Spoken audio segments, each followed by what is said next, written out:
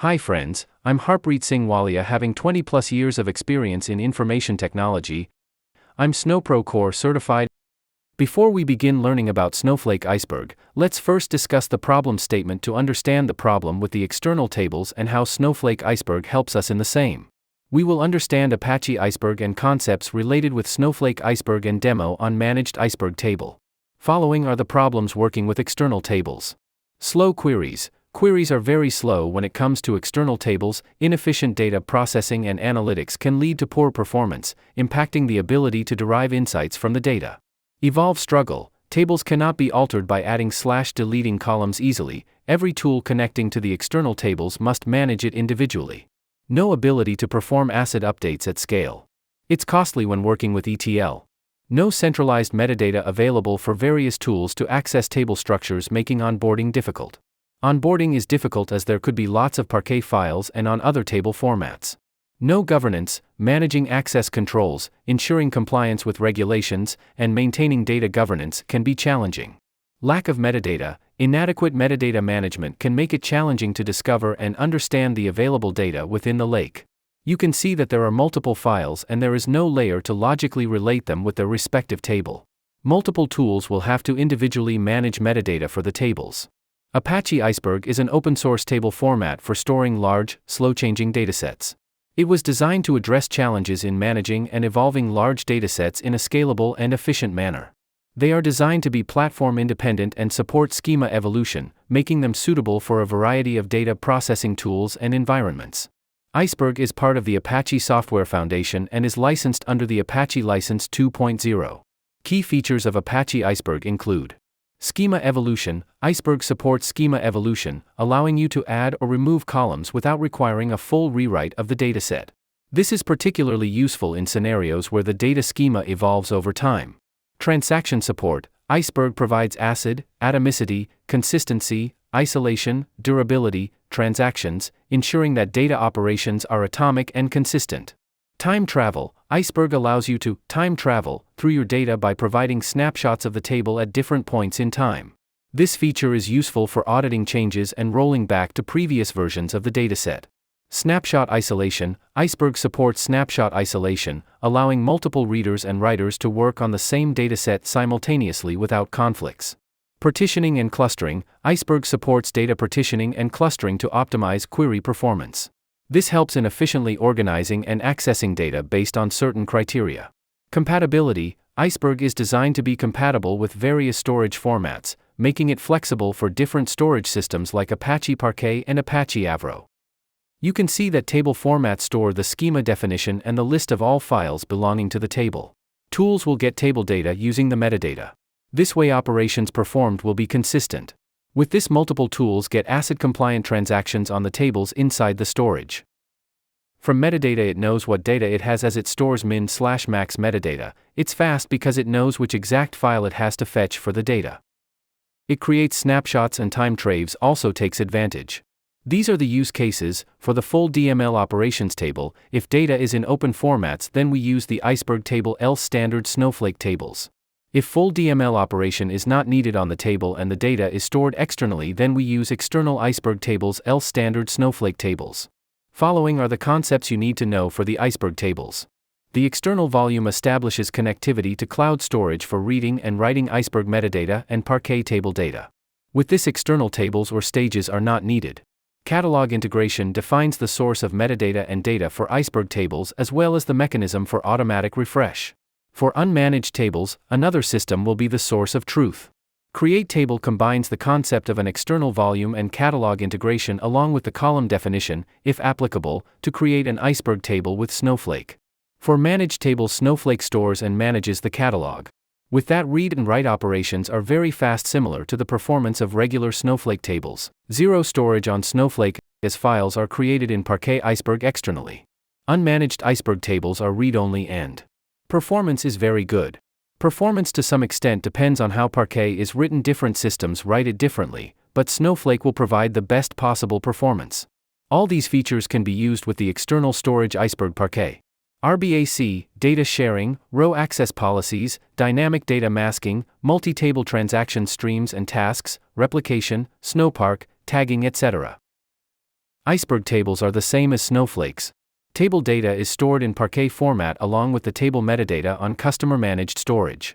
Snowflake also maintains metadata. As you can see in the diagram, both Snowflake and Iceberg store metadata in parallel.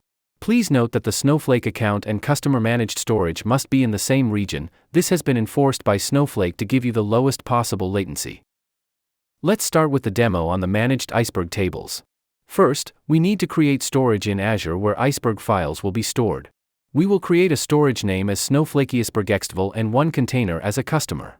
From the marketplace, select Storage Account.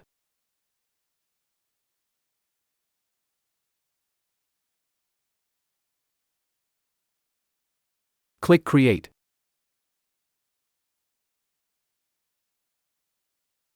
Populate storage account name. Select a region. In our demo, it will be Asia Pacific Australia East.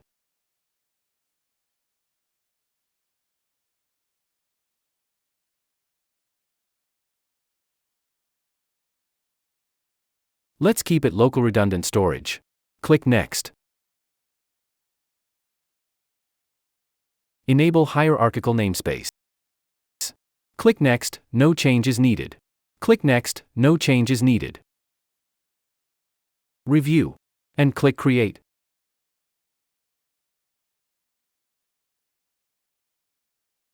Once deployment is complete, click Go to Resources.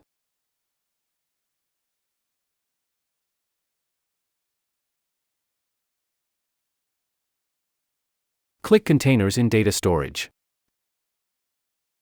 Create a container with the name Customer.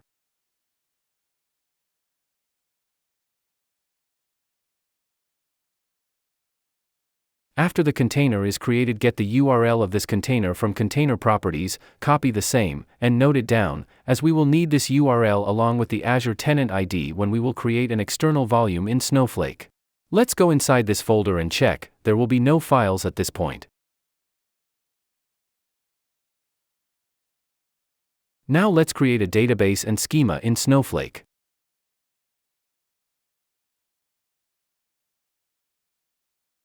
Let's keep the database name as Iceberg_DB. Create.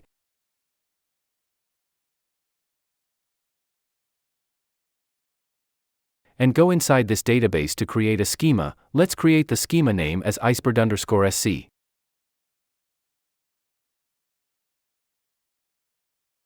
Now we are done with the database and schema.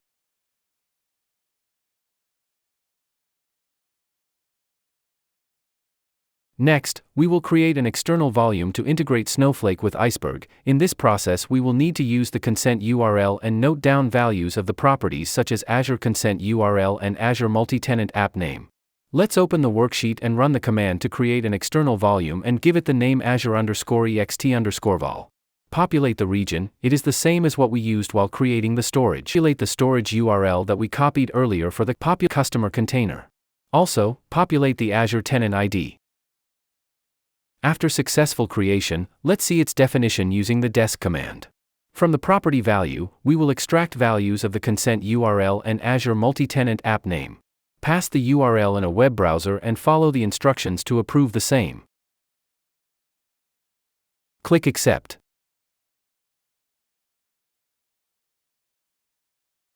After this, please go to Access Control to add a role to give Snowflake application access from Azure.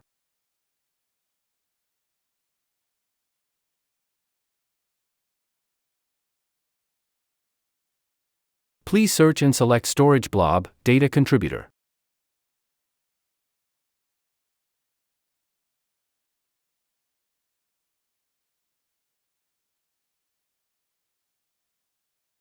From Members Search Application, select and create this role.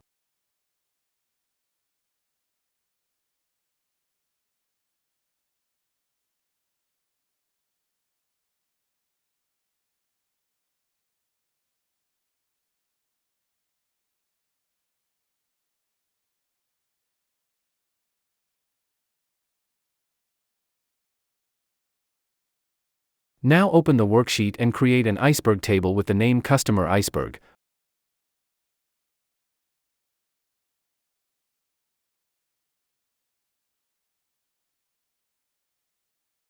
Let's populate this table with some data. We will be using sample data from the sample database and insert records into the Iceberg table.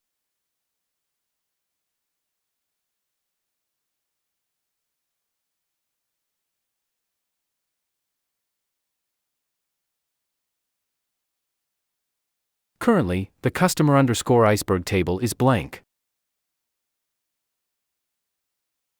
Let's insert records.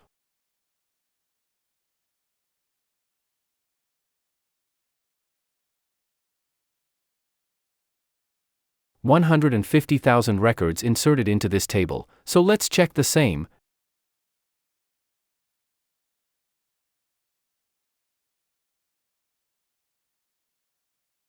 Now we have data in this table. Let's check the storage also.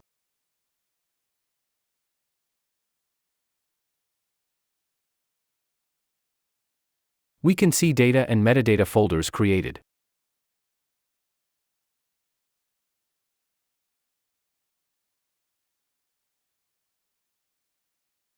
Data folder contains table data in Parquet files format and metadata folder contains catalog data.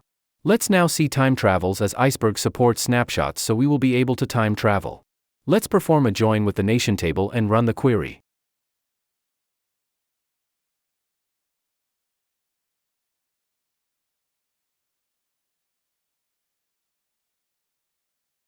Now insert 50 more records into the customer Iceberg table.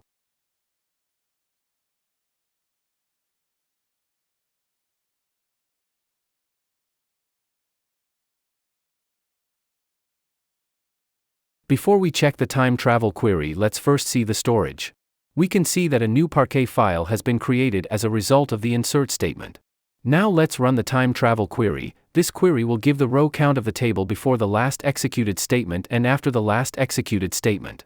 Last statement which was executed was inserting 50 records. You can see the result that previously records were 150,000 and now 150,050. This is an example of time travel. Let's perform a row-level security operation. For this, we will have to create two roles, one IND_role which will be used to only show Indian national records from the customer Iceberg table, and the other role would be USA_role which will only show USA national records from the customer Iceberg table.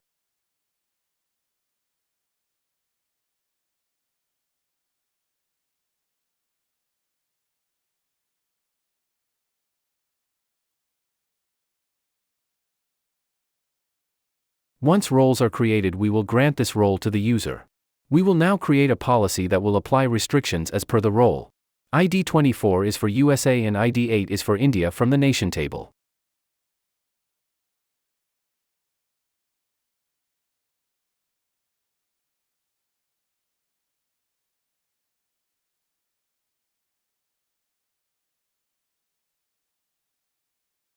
Let's now give some grants so that we are able to use the newly created roles.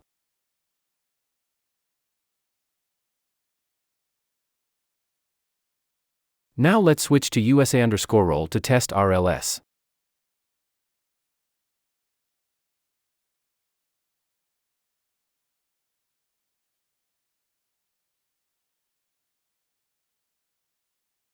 After running a count on the table, we can only see 5,985 records which belong to USA nation.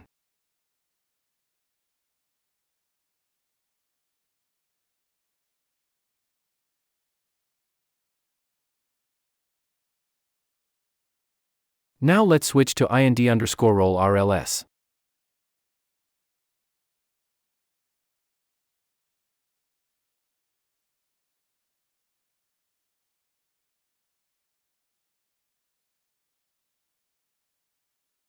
After running a count on the table, we can only see 6,046 records.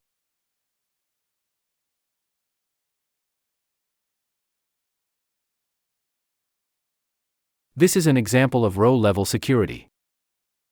Let's perform a column-level security operation. For this, we will have to create one role, which is analyst_role. This role should not be able to see columns such as name, address, and phone on the customer_Iceberg table. Once roles are created, we will grant this role to the user. Let's now give some grants so that we are able to use the newly created roles.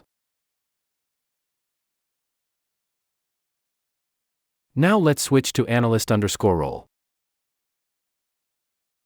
Let's run this query. You can see that it is showing no record. This is due to the row-level security active.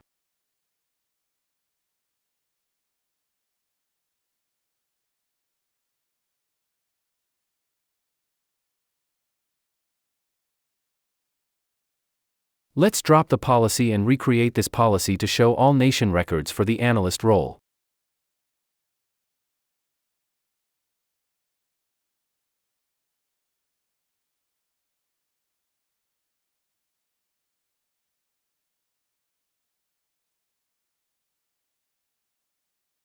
Apply this to the table.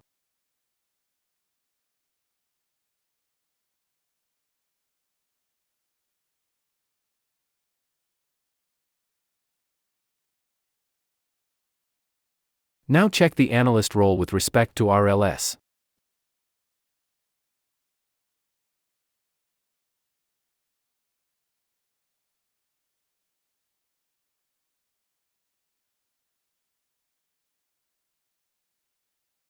You can see now all records are coming. Now create a masking policy.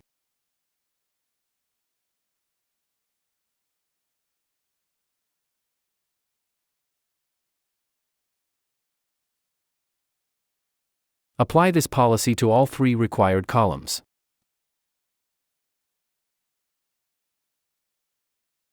Let's test. First switch to IND role and USA role and run the query. You will see no masking is applied for this role as expected.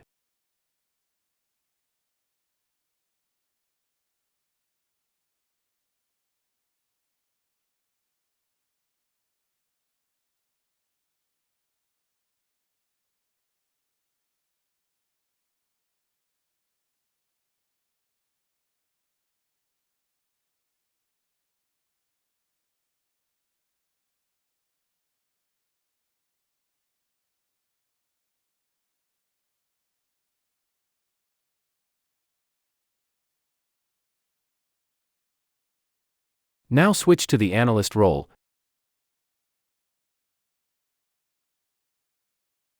You can see now masking is applied for this role as expected.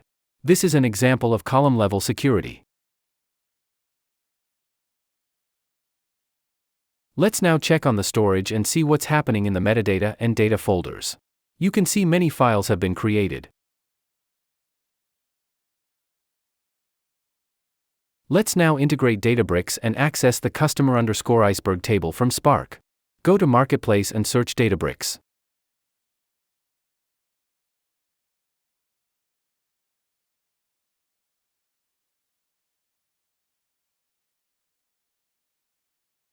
Click Create.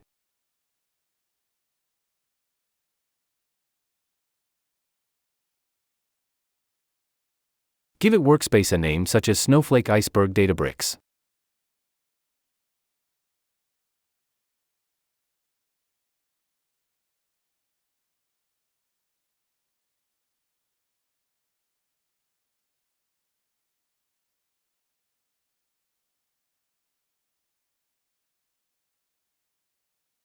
Review and create.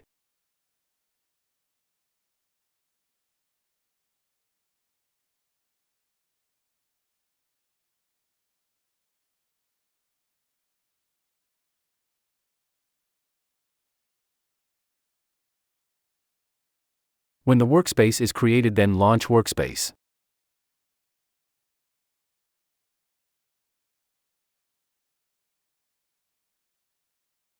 I have created one compute node. Now open a new notebook.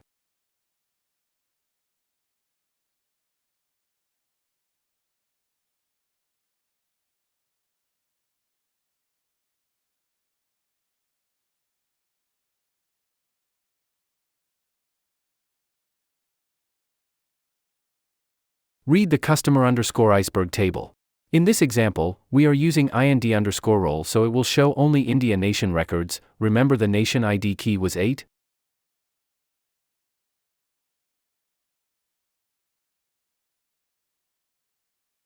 In the result, we can see only Indian nation records are appearing.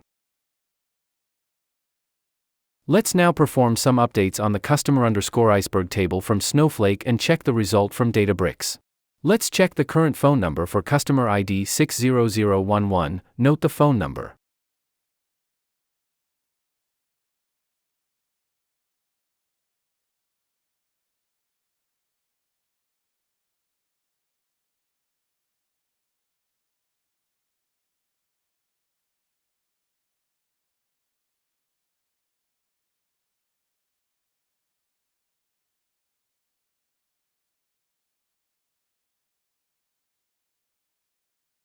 We will be updating this number using the update statement.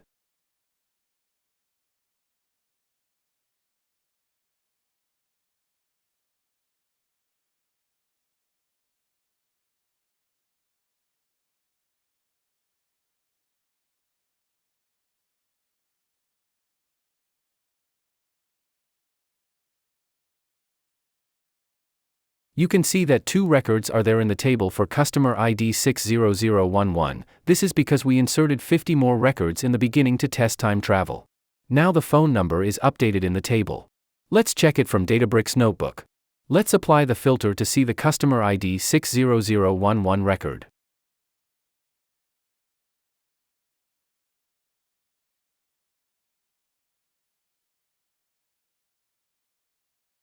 Now you can see it is reflecting the latest updates. In my next video, I'll provide a demo for an unmanaged Iceberg table. Stay tuned for the same. Thanks for watching. Please subscribe if you like my work and I'll keep getting more informative tutorials like this. See you in the next tutorials.